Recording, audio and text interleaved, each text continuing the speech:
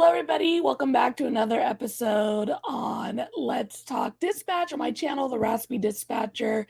Not gonna lie, everybody, I'm a little tired. It's been a long week at my call center. Hopefully, yours was a little more or less painful than mine was. But I am very excited to talk to my guest today, Executive Director at Mountain Valley Emergency, Keely. So I'm gonna go ahead and bring her on.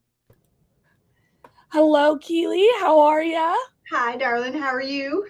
I am tired. As I told you when we jumped on here, first thing I woke up, I was like, I'm gonna need a minute. I'm gonna need some coffee. right? What's that? And Listen, various other things. I'm gonna need a minute. That's how I felt.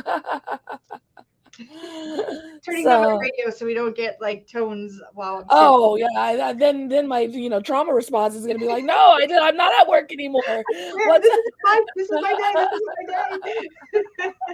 it's my day off. It's my day off.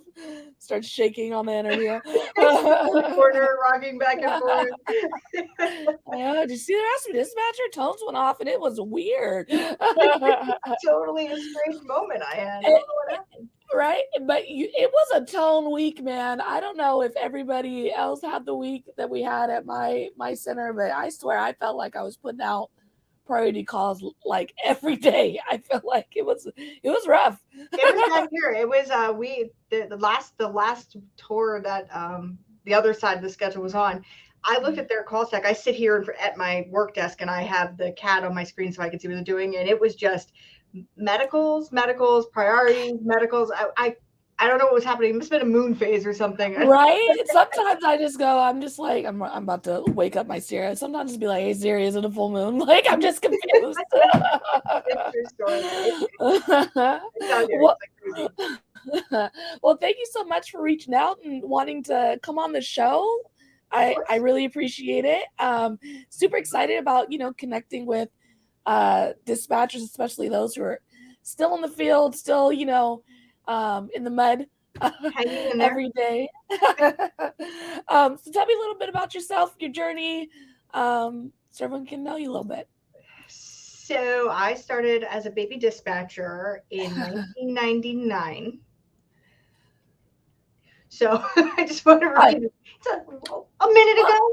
Yeah, I was 9. That's if you need a reference. Way to make me feel better, man. Yeah. So I had joined our local rescue squad in '96 when I graduated high school. Shut your mouth. Uh, and so I started there, and I had ended up in an argument with the dispatcher on the radio. It was really, I asked for a medic unit. I wanted to upgrade our response on scene. The dispatcher kind of gave me a hard time about it. It's like, look, I'm on scene telling you what I need. Your job is to get what I need. And after that, I went and filed a complaint and all that sort of stuff. And the captain very pointedly came down to the rescue squad and like threw the 23-page application at me. And he was like, if you think you could do it better, apply. So I did.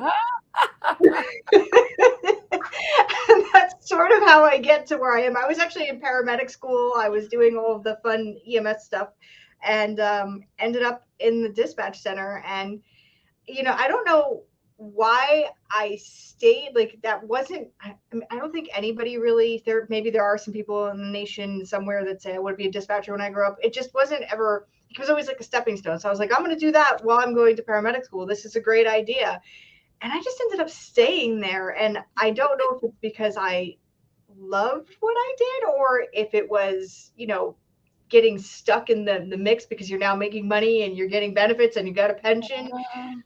Or maybe it was both because as much as I love to be like, what was I thinking?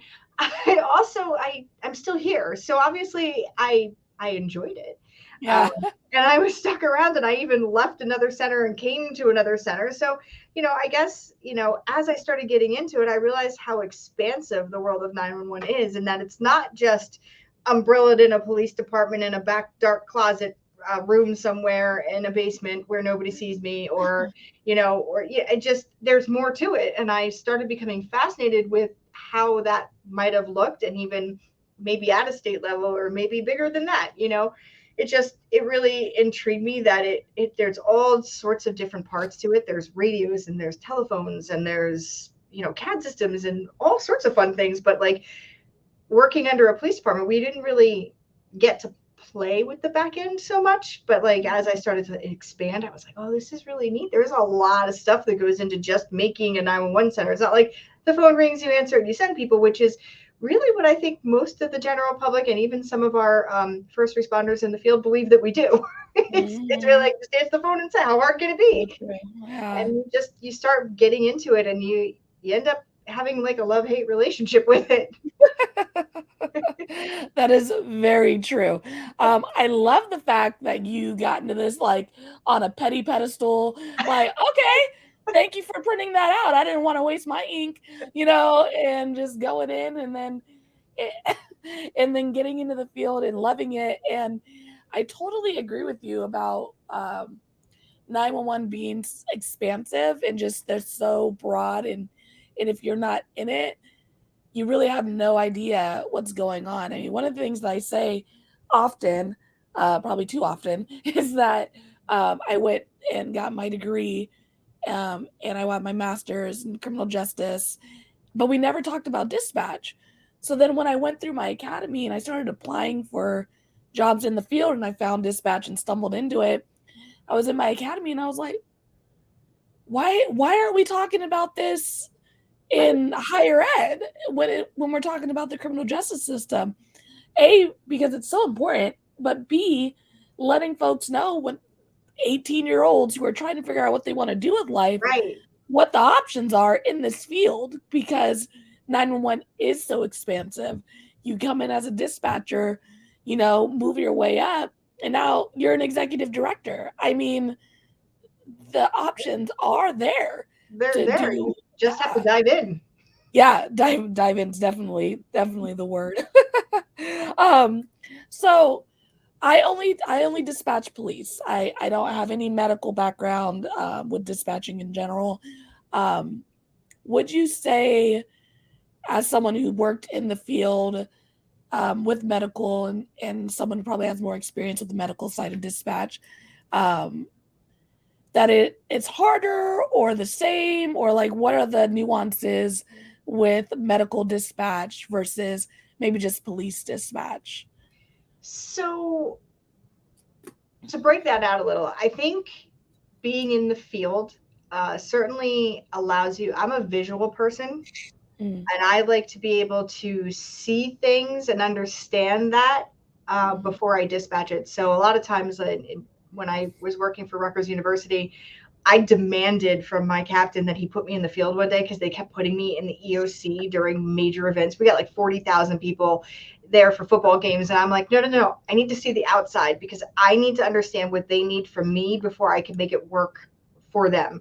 yeah. And I think that coming into it, I sort of already understood radio traffic on the other side. I sort of understood what that was like. But the other thing that it did do is we're restricted to whatever the guide cards are telling us. Like you Mm, have to follow the mm, script, and they do that for liability. It takes the liability out of the dispatch, which I totally respect. But then there's sometimes as an EMT, you're kind of as you're questioning the caller, you're like, well, hold on a minute, this sounds like it could be this, and you're really not supposed to go off that guide card a little bit.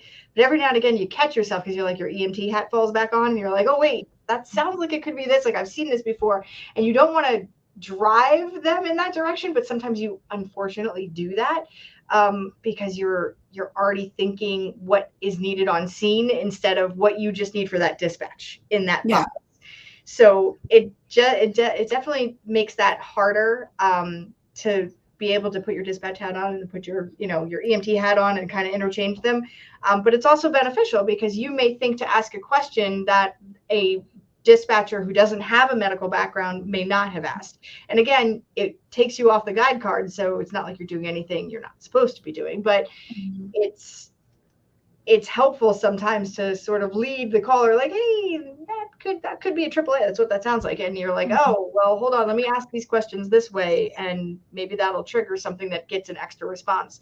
So that being said, the different nuances, like you where I came from, You did it all. You were a call taker, dispatcher, like you answered the phone and you dispatched. There were sometimes that I answered the phone, dispatched, there was no crew in the building, and then I left dispatch and went and answered the call. So Wow. yeah, Getting so your steps in. yeah, Jeez. now you're really in it. So but I have to say that in in that umbrella, because you're doing all of it, I feel like sometimes that system can tend to work very well because you're interacting with all of the units at once. But then I also feel like it's so hard to, okay, I this is what the cops want, this is what the EMTs want, this is what the paramedics want, this is what the firefighters want. And that can you look like an octopus half the time because you're you're trying to get everybody everything that they need. You're not doing one discipline. So it's Mm. great because you get a lot of experience really fast. But when you're training, that becomes, you're like, I'm really sorry, but you have to do it this way for police officers and this way for firemen. And it Yeah. I talked to a friend of mine who does it all, and they told me that their commands for if they're working the police side versus if they're working for the fire side were different. So sometimes they would like flip flop, like they're working, I don't know, they're working police on the front half, now they're working fire on the back, and then they're just like stuck a little bit, like, wait, what's the code? Like, because it's right. all so different. And someone who follows me on Rossi Dispatcher messaged me. They're going through training, and they're like, "My soup told me that."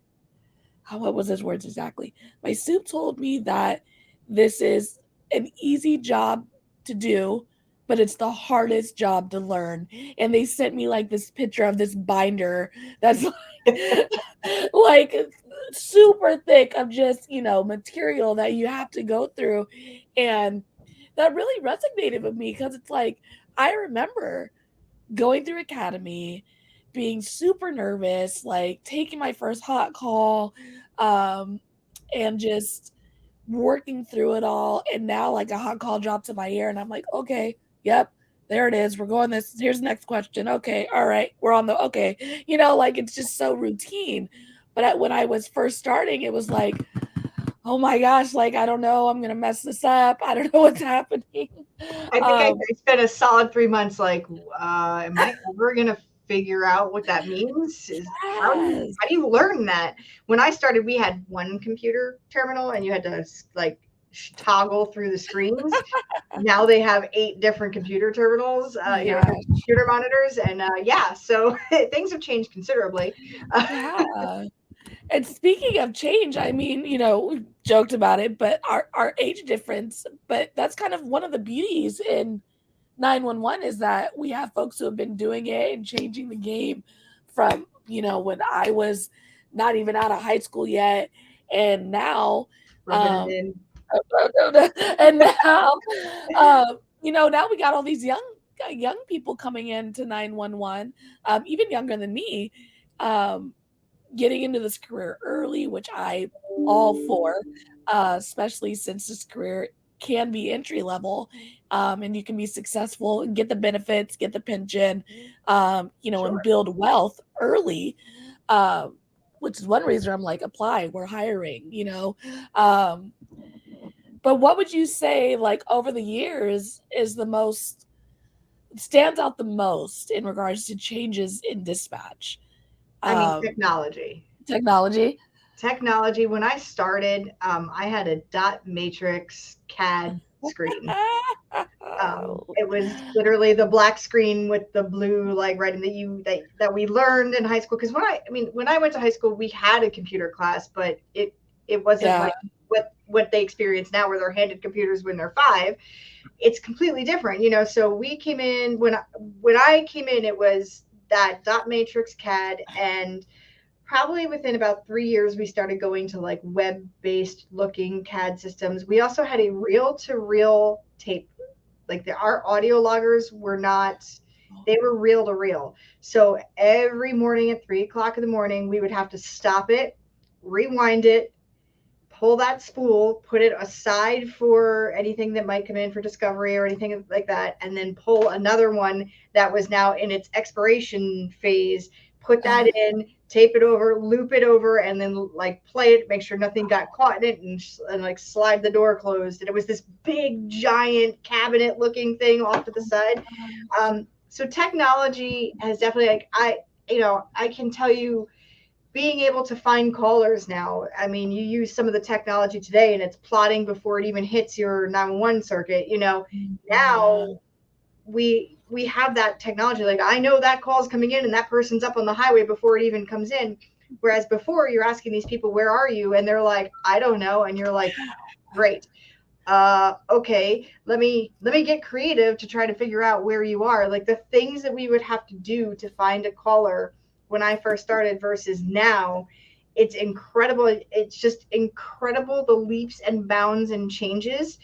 And the other thing, like you mentioned, that I see aside from technology is the the people that are coming into our centers now don't necessarily always want to be a police officer when they grow up.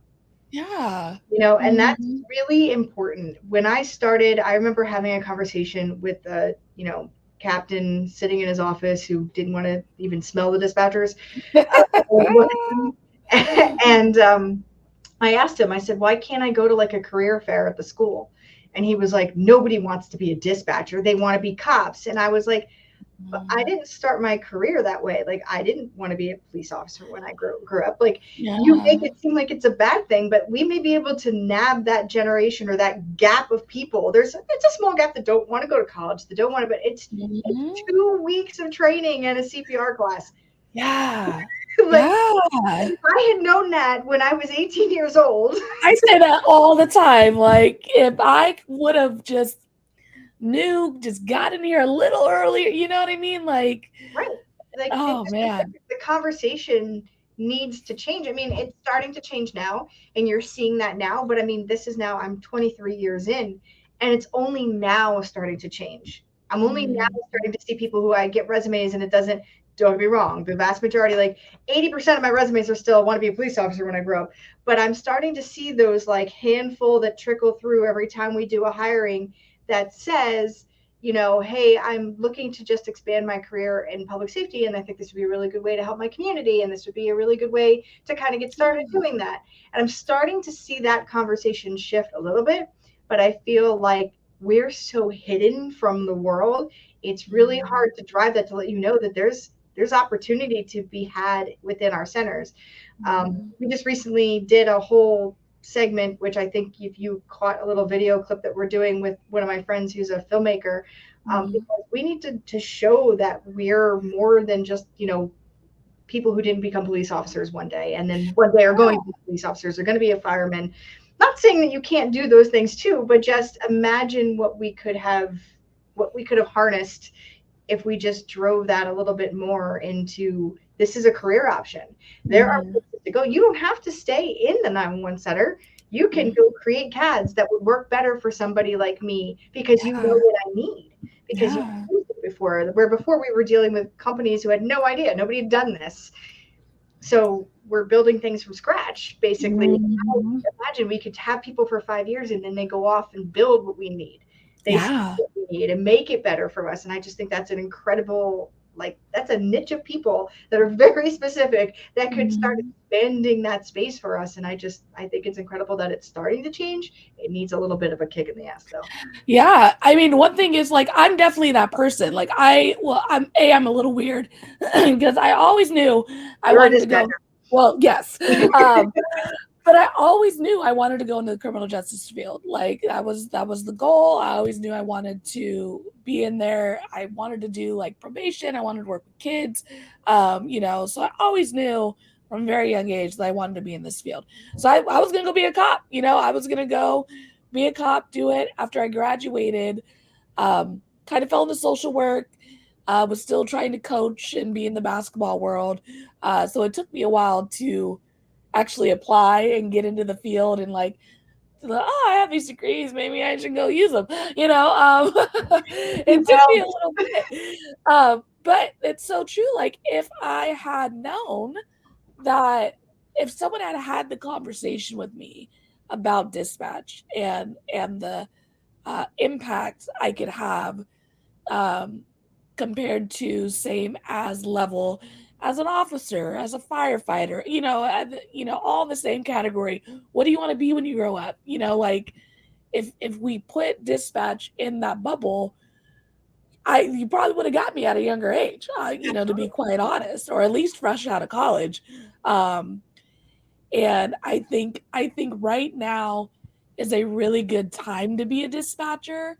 I think even in the last 5 years, I have seen so much more pushing us into the front, which I know some dispatchers like, no, no, no, keep us hidden. The whole reason I'm here is because I don't know anything. Yeah.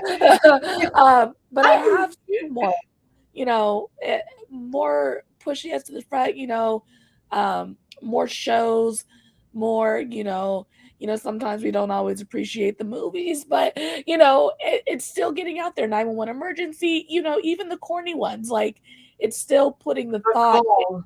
Yeah, the call. Oh Lord, the call. Halle Berry, girl, we are upset. Um, We but respect you genuinely, for like, trying, but we have some um, questions. we have some questions. But even the poorly portrayed ones make people go, "Oh, 911 dispatcher. Let me Google." Hopefully they find my page and follow. And then, but it gets people, reminding them that, like, oh, yeah, the police don't just teleport, No, or the firefighter doesn't just teleport. Someone has to initiate that call. Um, and it's super important that we do talk about it and we do shed light on those who are doing the work, because we need more dispatchers. yeah, the world needs more dispatchers. Yes, we really, really do. um, Another thing that I always think when I'm talking to folks who have been doing this much longer than me is that I don't know if I could do this job the way you guys had to do it pre-technology. Yeah, You know what I mean? Like in my head, doing the job back when technology was less is like a 12-hour shift in manual mode. And that does not sound appealing that's pretty much to what it my was. mind as a dispatcher. And it's just like, it's insane. Like the map books, okay, you really don't know where you are. I really need to know my geography as Yep, if I was, in Friends, Joey stepping in the map to tell you, like, yeah, I know where you are. Is it this, this, this? Yes, okay.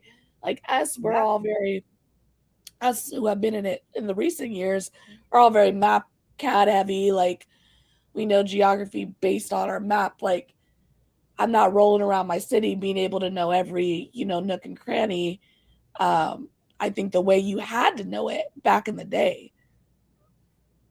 making me feel old. No, I do not mean. But no, I, it's I, okay.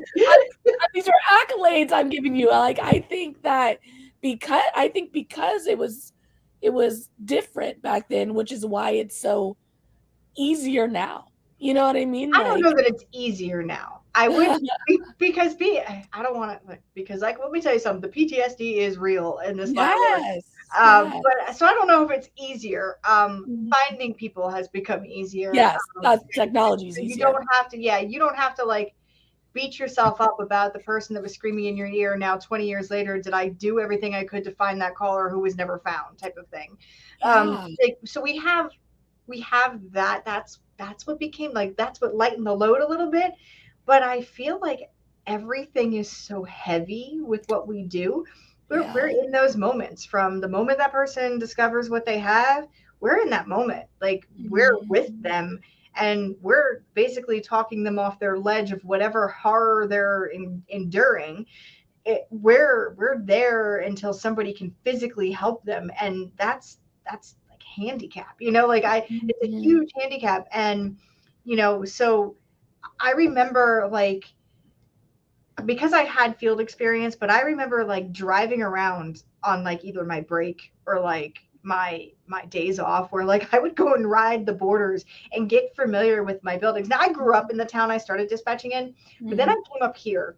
I came up here 17 years later Yeah, in a foreign environment all new technology. This center was far more technologically advanced than the center I came from. I mean, we were still picking up phones where I was, and they had like Mm. headsets and like computer screens that you touched, and I was like, what the hell is that thing? Like, how do I answer it? So there was just like just a complete difference in like a shift in that technology. Obviously, that center has come up through the ranks as well too, and it was only a matter of time. Like everybody's starting to get on board with the technology that's in space. Yeah. But it's Mhm. like, but the one thing that doesn't change, the consistent, constant realm of dispatch is the heaviness. You Mm. have this heaviness that's kind of like, you had a hell of a week last week, and it takes you days to come out of that hole.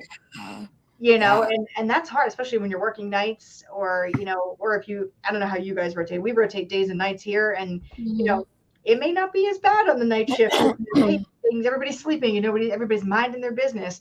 But like on the day shift, we've got like four highways that roll through here. Oh, no, no, no. Right, exactly. So it That's how just, it was at my first agency, yeah. yeah, Mhm. yeah, it's just, and it just gets heavy. And it can be heavy from call volume. It can be heavy from the types of call. It can be heavy because, the first responders on the road are giving us a hard time that day because nobody ate their Wheaties. Like, I don't know. Like, it's like Yeah. whatever it is, like, it can just get heavy sometimes. And, whatever bit of technology can lighten the load is also extremely helpful. Yeah, I didn't even think to make that connection, in regards to technology and, the weight we carry. So true, technology does help with that because we're able to find people, we're able to get people help quicker, saves more lives, all that, and they all really intersect and connect. So thank you for making that connection because I honestly didn't even think about that part of it. It's a Um, little PTSD call of me because I couldn't find the caller. And if I yeah, had just had the technology that I had today, I would have been able to find that caller. And I still to this day have no idea what happened to that caller. wow, And that lives with you, and a yeah. lot of the calls live with us as it is anyway. But just imagine that one little thing could have changed everything for that particular caller. And Mhm. it's just that, Yeah. just a small, insignificant detail. But of course, I wake up, brush my teeth, and think about her. She has no idea. I mean, again, I don't know what happened to her. We're going to say things are good, and she's Mm. good because that's what I'm going Yes. with. Yes. And, you know, but she has no idea I think about her every day. Yeah. A It's lot of very people, yeah, yeah. and that's just one piece of technology that could have fixed that for me. Yeah. He was on a Mhm. prepaid cell phone. Yeah. Woman. But she's fine now, she's fine now, she's good. Um, but that it is true, like, I know a lot of, I current dispatchers, aspiring dispatchers, they all, connect with me, and I do a lot I try to talk a lot about, mental health and, self-care and it's okay not to be okay and dealing with tough calls. And I think, and tell me if you agree, but I do think we are, as a culture, um, first responders in general, getting into a swing where we are acknowledging that we as first responders do have trauma. Everyone, especially including dispatchers, has trauma. We have more access to peer support. We have more access Yeah. to counseling than maybe, before in this I didn't have career. anything when I started at Okay. all. I Yeah. wasn't even invited to debriefings. We No. had a small child that had died, and the debriefing I got was my Captain Squeaker, he was a sergeant at the time, swung open the door and he's like, "You okay?" And I was like reading my book, like nose in a book, and I like look up and I'm like, yeah, I'm all right. All right, just checking. That was my debriefing, and I wasn't included. Like they had, everybody and their mother was invited to when the CISD teams came out. I wasn't even invited. I wasn't even a thought in that chain. Now we are. And I really Mhm. think it's because the people who have now the leadership that has come up through the ranks a little bit recognizes the need, like that first call. And to be fair, so do the critical incident stress teams. They are also recognizing that, and so like they'll make sure, hey, don't forget to invite your dispatchers to this rodeo. Like Yeah. they need to be there because they're the first line. They're the people that heard that. Like they're the person that may have talked to that person before they left this blessed earth. You know, like it's like it's a different dynamic for us because, as I said, we're in that moment. Nobody else is in that moment with the caller except the dispatcher, because by the time patrol or fire or EMS gets on scene, it's minutes later where like they're starting to now process that mental health chain, you know, that the steps of grief, whatever, that they're starting to process, but you're in that first initial like moment with them, Yeah. and you're experiencing that trauma with them. And that's Mm. different than arriving and being able to render help. That's a totally different concept, because at least if I'm physically on scene, and as somebody who could be physically on scene, I was able to get there and help and actually physically be in that presence and be like, okay, I've got it. Where like Mm. your job is to just make sure the person can help in some way, or try to get them to help, or try to let them be a part of what, you know, okay, we're gonna breathe for your baby. I need you to do that, you know, and Mm. that's where it's different. It's not the same, because when I get on scene, I'm taking over. Like Yeah. type A personality is taking over.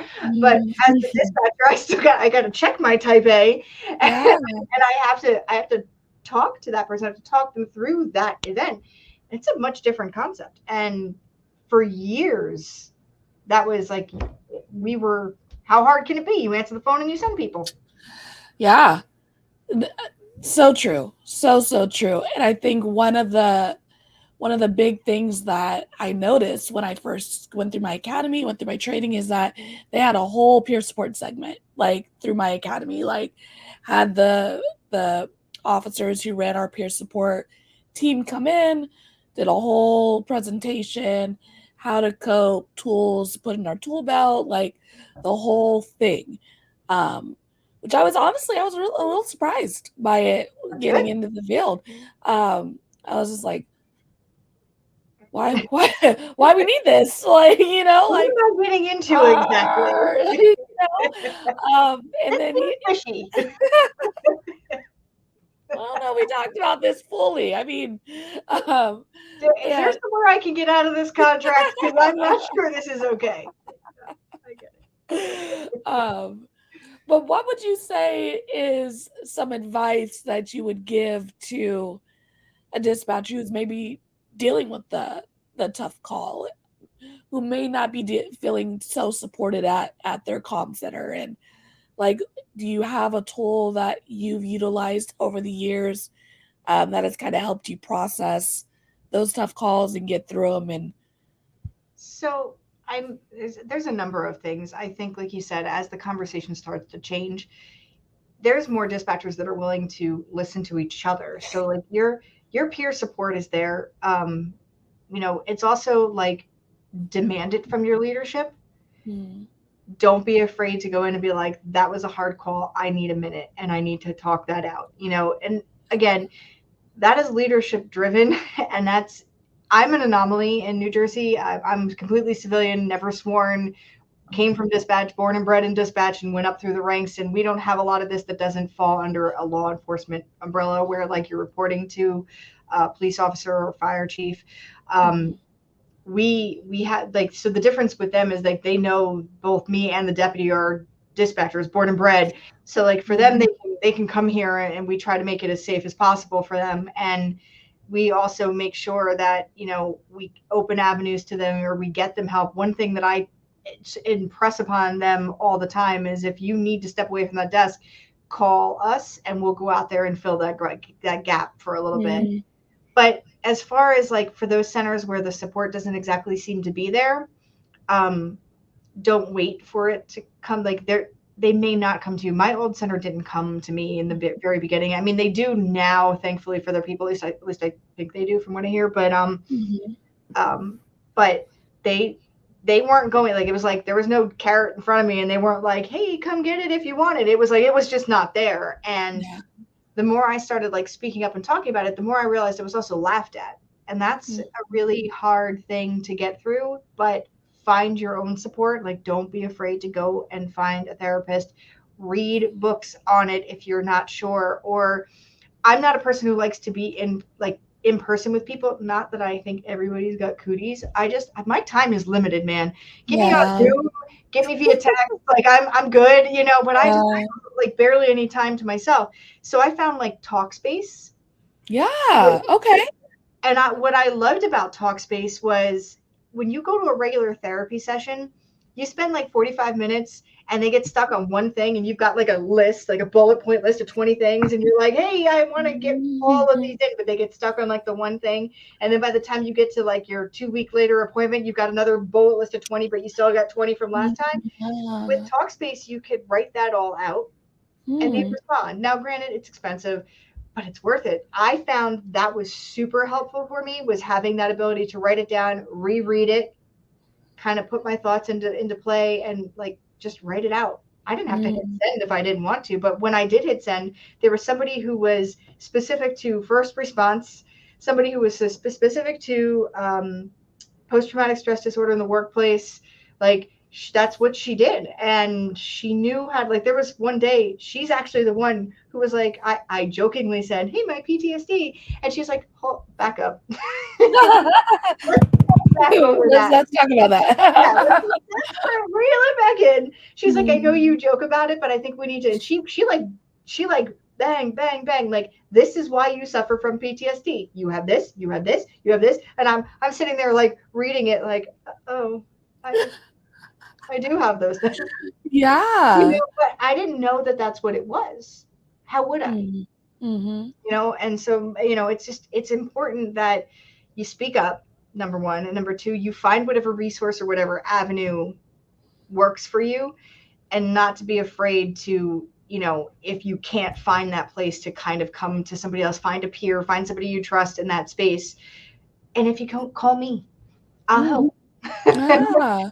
you You know know, one thing especially about like, therapy or resources is that the same thing doesn't work for everybody, right? right. So like how Talkspace and that virtual connection works for you might not work for someone else, but it might work for someone. So thank you so much for bringing that. I've heard Talkspace, especially pandemic, like therapists were super hard to find during the pandemic. So a Yep. lot of people did start using the virtual spaces to, seek some help and some guidance. And it's awesome to hear that it worked for you and it's a good resource. Yeah, and again, I have another dear friend of mine who prefers, they can't do the talk space and has to do the in Mm. person, but also that's finding the right therapist, because sometimes it's not the right therapist either. Yes. So you Hmm. have to make sure that that's also working. And if you don't feel like you're getting any headway, it's okay to walk away. It's okay to go Yeah. somewhere else. It's okay to ask other Hmm. people's opinions. Like, hey, do you have a therapist that works for you? Like, talk about it. That's Yeah. the biggest part. That is the key, is talk about it. Because for you, Mm. if you didn't talk about these things, and like you said, you're seeing that peer support now. You're seeing that shift a little bit. You're seeing that they're bringing them up in academies now, and they're like trying to tell you, hey, this job isn't as easy as that's important. It's imperative that we drive those conversations, because we're the only ones that can, for Yeah. the next generation. Yeah. You I know? mean, I recently I had a critical incident and, I work graveyard and I woke up and I had a text from peer support at like 0800. And it was like, I got off at 06, the incident occurred overnight and I had a text by 08, Right. um, they were like, sorry, I hope I didn't wake you. And I was like, don't worry, my do not disturb is always on once I get off shift, For you real. know. That's a Like trick you learned very early in right, our career. like honey, no, no one will wake me up, don't worry. But Just short of the bomb landing on my house. oh my god, we had a tsunami warning here in the Bay Area because I'm like a block away from the water. um Lovely. and I woke up to this message at like 2, and it was a tsunami warning. And I was like, I called my dad. I was like, you know where I live? Like, you better call me twice, make sure I wake up. Yep. Your graveyard friends are not getting this No, message. we're Like, not. we are No. sleeping through it. Yes. That's terrible. But Yes. They reached. It was nice. Like the call didn't. The call didn't bother me. I had a good response to it, but it was very comforting knowing that I was included, and I was included. It the manner and the timing made me feel like I was a first thought inclusion, and not an afterthought. Not like, oh, by the way, did you text dispatch as well? It felt very intentional that they reached out to me that quickly. The same as any of the patrol guys and girls, I was the same level. And that's really impactful, even for when it's not a tough call in the sense where I'm not carrying it with me, maybe the way someone else might be.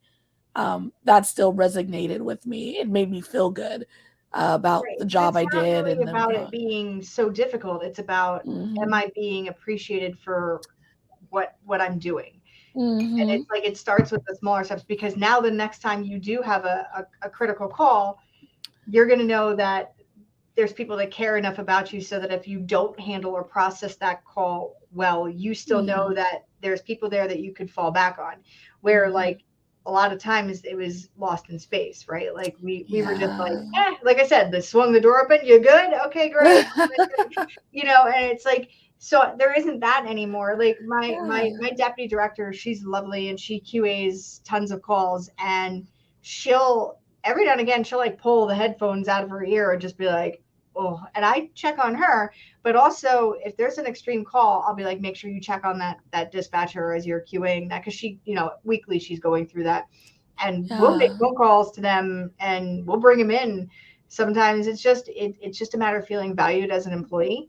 Mhm. And even if you're good with the call, it's that, where am I valued in the chain of response? Yeah, exactly. That's Exactly. difficult, because I feel for Yeah. years we weren't valued at all. And it's only Mhm. now becoming, hey, you're a valuable member of this chain. Let's do something with you. Mhm. Yeah.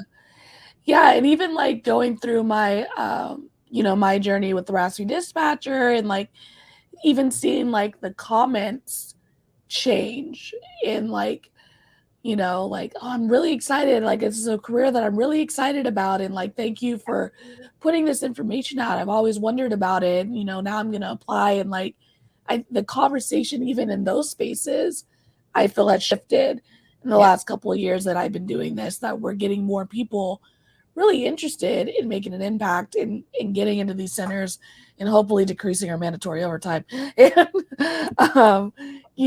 putting us in I feel good like that is spaces. never gonna go away, no matter how My many fingers are times. crossed. We're Yeah, gonna. I'm telling you, man. Like I keep calling my overtime like blood money at this point. Like Oh it's just my gosh. So we just can't keep up. We can't yeah. keep up. The world needs more dispatchers, so The we can't world stop. needs more dispatchers. That is the truth. I do have a question, and you probably won't. Um, it's totally off topic. So you worked at Rutgers. I did. Okay. And I'm a big basketball fan. Did you ever meet Vivian I Stringer? did. Oh! I did. Oh So my one of gosh. my favorite standbys. So the way they organize it over there with the EMS is you've got the trucks that are on duty, and then you've got standby. NCAA, all of them require that Mm. there are EMTs, two of them standing on the sidelines at every time. Like every time they Oh, otherwise they so can't go lucky. live. Yeah. So we actually stood just underneath the pep band. That's where we stood. And Viv was awesome. She was a really nice human being. Oh my gosh. Yeah, yeah. And the girls were just phenomenal players. I mean, I'm 5'2", so they were really phenomenal players. Um, well, but just she was so during, like, because we could see them in practice too, but for the most part during games, she was so reserved and calculated in how she treated her Mm, ladies. um, mm. she was really a lot of fun to watch. Oh my I even gosh. I know Eric Legrand too. I don't know if you know his story, but Wow. he ended up with a cervical injury and he's paralyzed at one No. of our games. It was an away game, and actually it was the weirdest response of all the EMTs that went to go watch the game in the stadium. He Mhm. went down, and everybody who was an EMT from Rutgers stood up in the stands and like wanted to run to him, and like they ran Mhm. down as far as they could get because they knew immediately something was wrong. So yeah, so Wow. Rutgers was by far my most favorite job. I had an incredible group of people that I worked with, an incredible leadership team that was over there, incredible training center. Lee's one of my great friends. He heads up the training over there. They're phenomenal. But it was so diverse. It was the first place that I had ever worked where I wasn't like, all jobs don't suck. Like Yeah. I'm like, aren't I supposed to hate coming here? Like that's hard, right? Like, but it really like I enjoyed the hell out of it. I did. They had all sorts of things that would happen on campus, so you ran into Mhm. people all the time. It was fun. I would do it again in a heartbeat in my spare time. Oh, so cool. Like spare time, what's that? Oh, I had spare time at some point because I did that part time, but I Yeah. don't know where the spare time went. But Yeah. he's a little 8-year-old. Oh. He has all my spare Oh. time. So cute. Oh yeah, I love Vivian Stringer. She's one of my favorite coaches. She's actually, if I can remember correctly, she's one of the first people to implement a practice team, and she brought boys in as a practice squad to play against her ladies. So they would, like, regular students would come in, basically try out for the practice squad, and they would suit up. They had their uniform, and they would go at her team and just like get them ready for Yeah. for their competitions. And it was just like, what do you mean? Like, this is just phenomenal. So Yeah. I'm fangirling a little bit that you got to be sidelined with Vivian I Stringer. did. She was great. She was great, though. I will tell you, I know how into basketball you are, and I'm sad that you never got because I could have got you in over the Rasp. Oh my gosh, right? Dang But it. yeah, it was I'm great. just gonna I'm just gonna start sending emails and be like, hey, Keely told me that I could come. Totally could come visit and Oh check on your yeah. basketball. Basketball was one of basketball and soccer were the two things that I would actually stand by at and be in the field with. I loved doing both of them. It was really just a great time. Unfortunately for like football games and bigger events, I was immediately thrust into the EOC because I'm a dispatcher. So Yeah. but I did when I got to get out there. Basketball was never definitely on my number one. I like Oh, watching. how fun. How fun. Um, so you also, I'm gonna hype you up a little bit here. Last year, and especially since I'm going to APCO for the first time. I'm a little jealous. Little jealous. So I'm well, very I'm sad. well, I'm honored because you were Director of the Year, APCO Atlantic Chapter in 2021. So congratulations. Thank you. Uh, Thank you. That was a humbling moment in my career. And it was because yeah. that's all peer nominated. So Wow. that was, they left. I just walked into work one day and they had this big packet just sitting on my desk. They never told me they did it, Oh, anything of the sort. And then oh. I get a phone call from my deputy and she was like, hey, you have to go to Vermont. And I was like, why? She's like, because you won the director of the year. But our like so we had a telecommunicator of the year, trainer of the year, and director of the year was all in our center for Atlantic APCO. So that was really like we Wow. swept the races there unintentionally, Hey, uh, yeah, good stuff. unintentionally. But that I have probably the best group of people that work here. They really Mhm, there's always the anomaly and there's one or two that are always like just problematic. But really, mhm, it's so small here that they are their own family and mhm. they take care of each other. At least they try to. But of course, that's not without burnout. Yeah, They're burnt out. We're short staffed, as are all the other ones in the nation. yeah, We're trying desperately to start thinking outside the box for hiring. That's why I did the whole QR code, like apply here, do this. yeah, I did the video. Like I'm trying to think as far out of the box. I'm gonna go to career fairs and get out there and speak on everybody's behalf in the nation at this point because we all yeah. need to help, and so that was a very humbling experience. Never in my career did I think I would be a director, number one. Didn't think I was going to stick around to be a dispatcher. And certainly never imagined that I would win an award of any type to do what it is that I do. Like, why? They don't give us awards. Like, What's that? Accolades? we don't give Appreciation?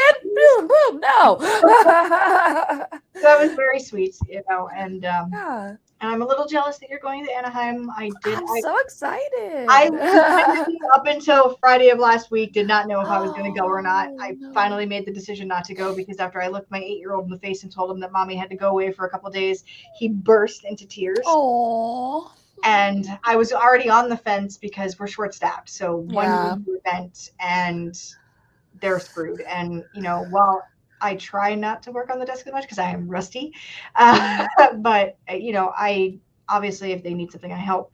And I just can't justify flying across the country Yeah. while they're working 900 hours of overtime, Yeah, no, I totally. But you know what? That's what's leading me to my next point is that one of the biggest things that I felt going between agencies, leadership really matters in the center. And for folks who are watching this who are in leadership positions, what is some advice you can give them about impacting their center in a positive way? Because we know the job's hard. We know the hours are long. We know the mandatory overtime is crucial.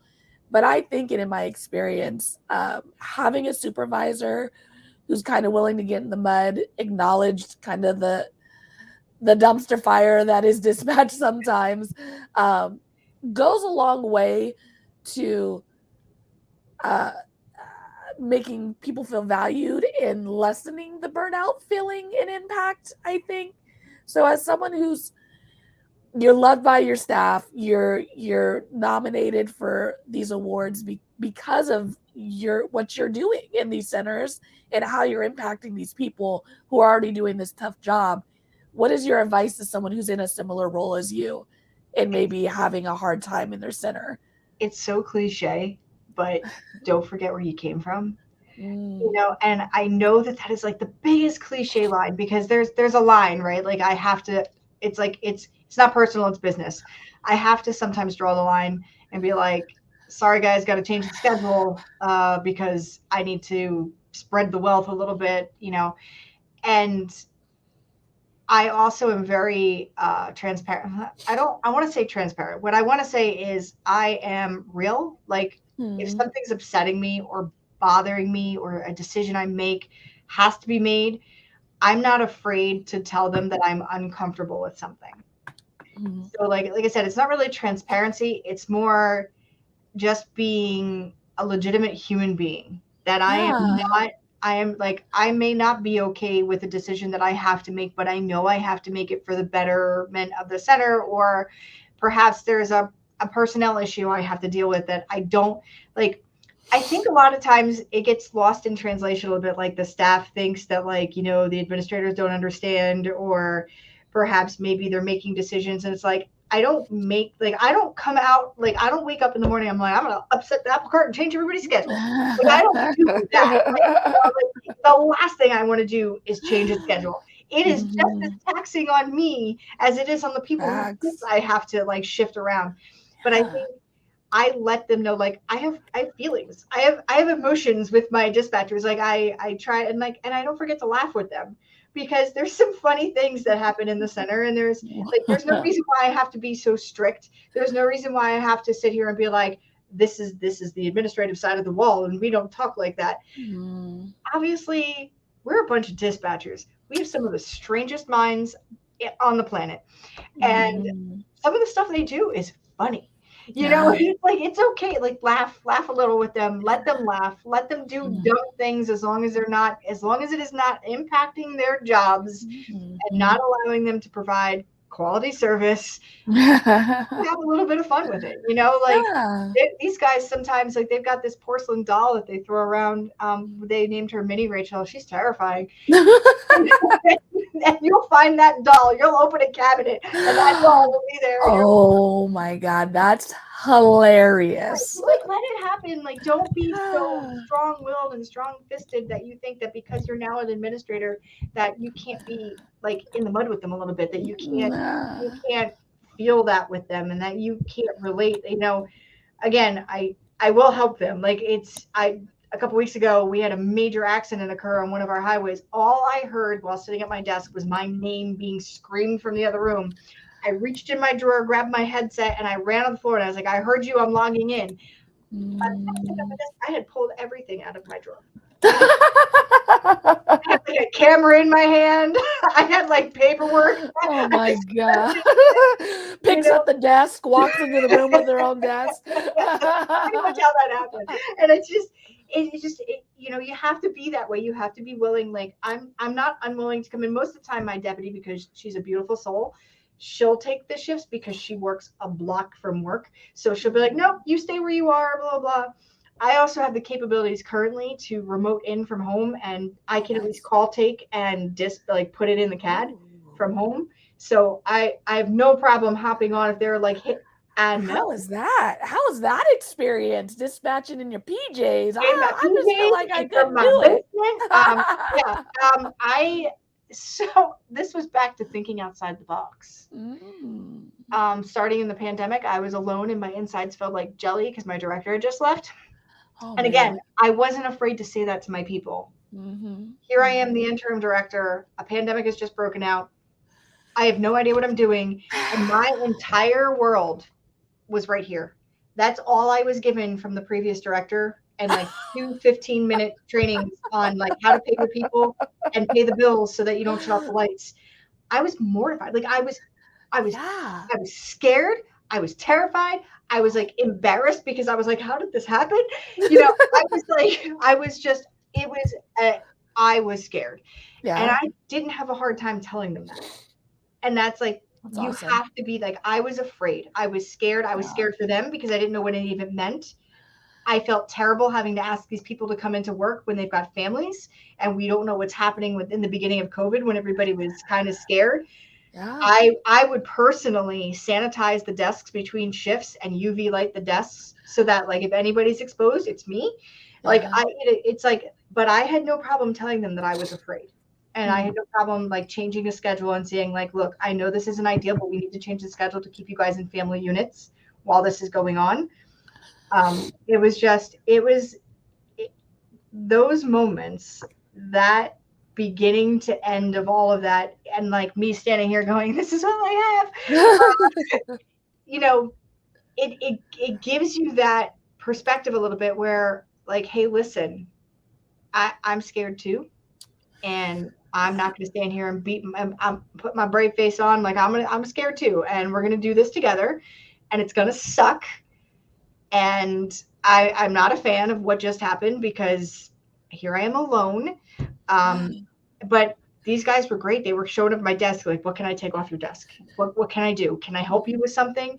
Can I take over the schedule for you so that, you don't have to deal with that? I mean, it was a hell of a like 4 or 5 month span there where like you just you lost sight of everything. And so I think when you look back at your career as a leader, do you want to be the person that ruled with the iron fist and didn't go out there and get a little bit dirty with them, or do you want to be the person that kind of sat in it? So I had to think of other ways, like what else can I do to try and help these people? So I found, I was watching Virginia. Actually, Virginia had some remote dispatchers, and I was like, how did they do that?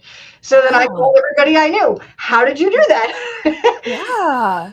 Yeah. So eventually I ended up with the technology. We got it deployed a couple months ago because that's how long it took because, COVID. Word. All right. And I took my first 911 call from my basement just a few months ago. Wow. And like I can use my portable from my basement, but I'm not that far. And so I can at least portable to portable. Okay.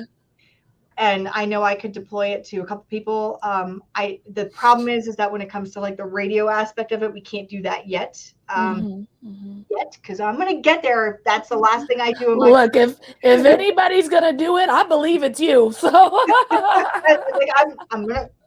we're gonna have remote capabilities because I cannot compete with private sector right now because they are offering remote opportunities, more money, sign-on bonuses, and meanwhile I'm over here with a contract and I'm like, I can't do anything right now. right. So and that we're not losing people to become cops and firemen anymore. We're losing them to private sector. Yeah. And I get it. Like I totally get Yeah. it. So Yeah. what can I do? Can I try this remote and maybe it'll loosen the load a little bit, like and kind of be like, okay, well, I need you in. Can you at least call take from your house? Yeah. And I'll have the dispatchers that are here do the radio portion, call taker, call dispatcher. They do that all over the country. A Yeah. lot of places, believe it or not, New Jersey's an anomaly, right? Like we call take and dispatch from the same place. Usually it's like, the same 5 square mile town and everybody's doing that. Yeah. So I'm like, we could do that, right? Call Yeah. take, call dispatch. Why not? Yeah. So So cool. So working on awesome. Yeah.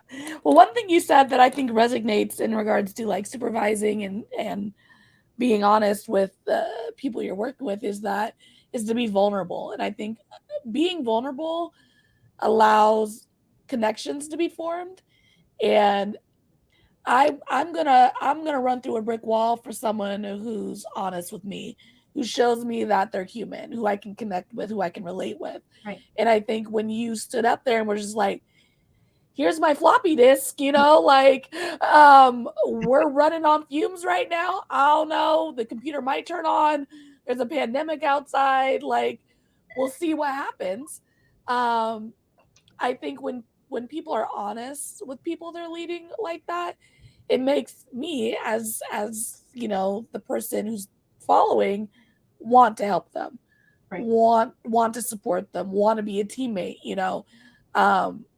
And I think that's the probably the culture you've created since taking over your center.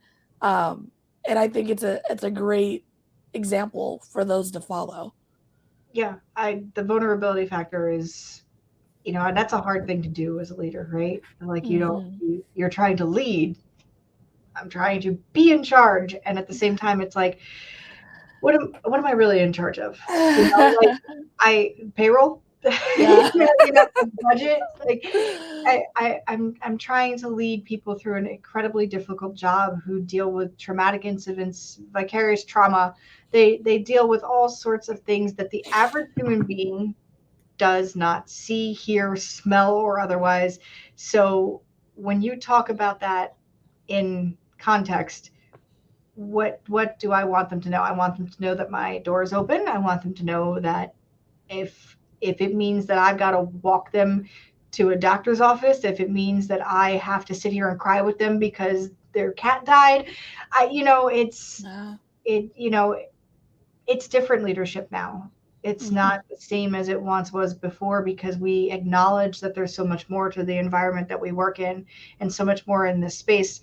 So, maybe we need to shift that dynamic too. And the only way that starts happening is with the leadership. You gotta humble yourself a little bit, remember where you came from, and don't forget that you're still a human and that like how would it feel if you were that human in there doing 60 hours of overtime a week? It sucks. So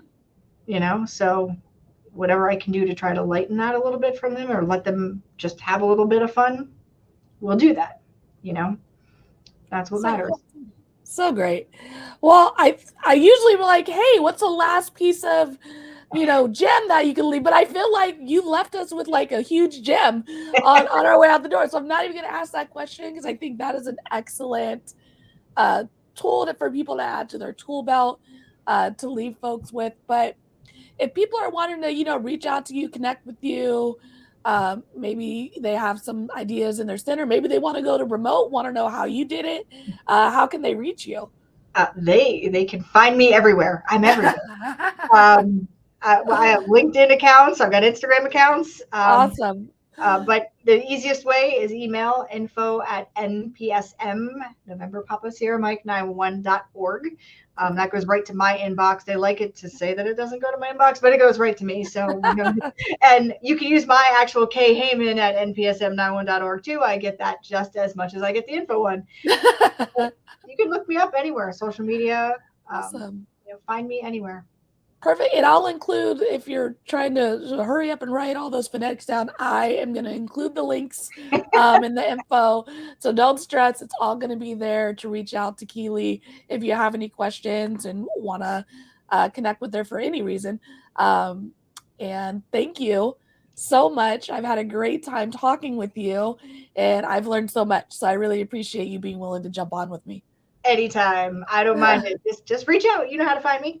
Yeah, for sure. All right, I'm gonna kick you out and I'll come right back to you, okay? Yep. All right, everybody, that's it for another episode of Let's Talk Dispatch here on the Raspy Dispatcher. Thank you so much for joining us today. Keely, thank you so much. So much great information about being a supervisor, taking over a center during a pandemic, and just your journey in dispatch. Thank you so much for showing up and being vulnerable with me today. I really appreciate it. If you want to jump on Let's Talk Dispatch with me, you can send me a message, go to the raspydispatcher.com and sign up for a time that works for you. I want to talk to anyone and everyone that has something wonderful to share in regards to the world of dispatch. Of course, follow us on Instagram, like us on Facebook, subscribe to us on YouTube, all that good stuff. And until next time, stay raspy, everybody.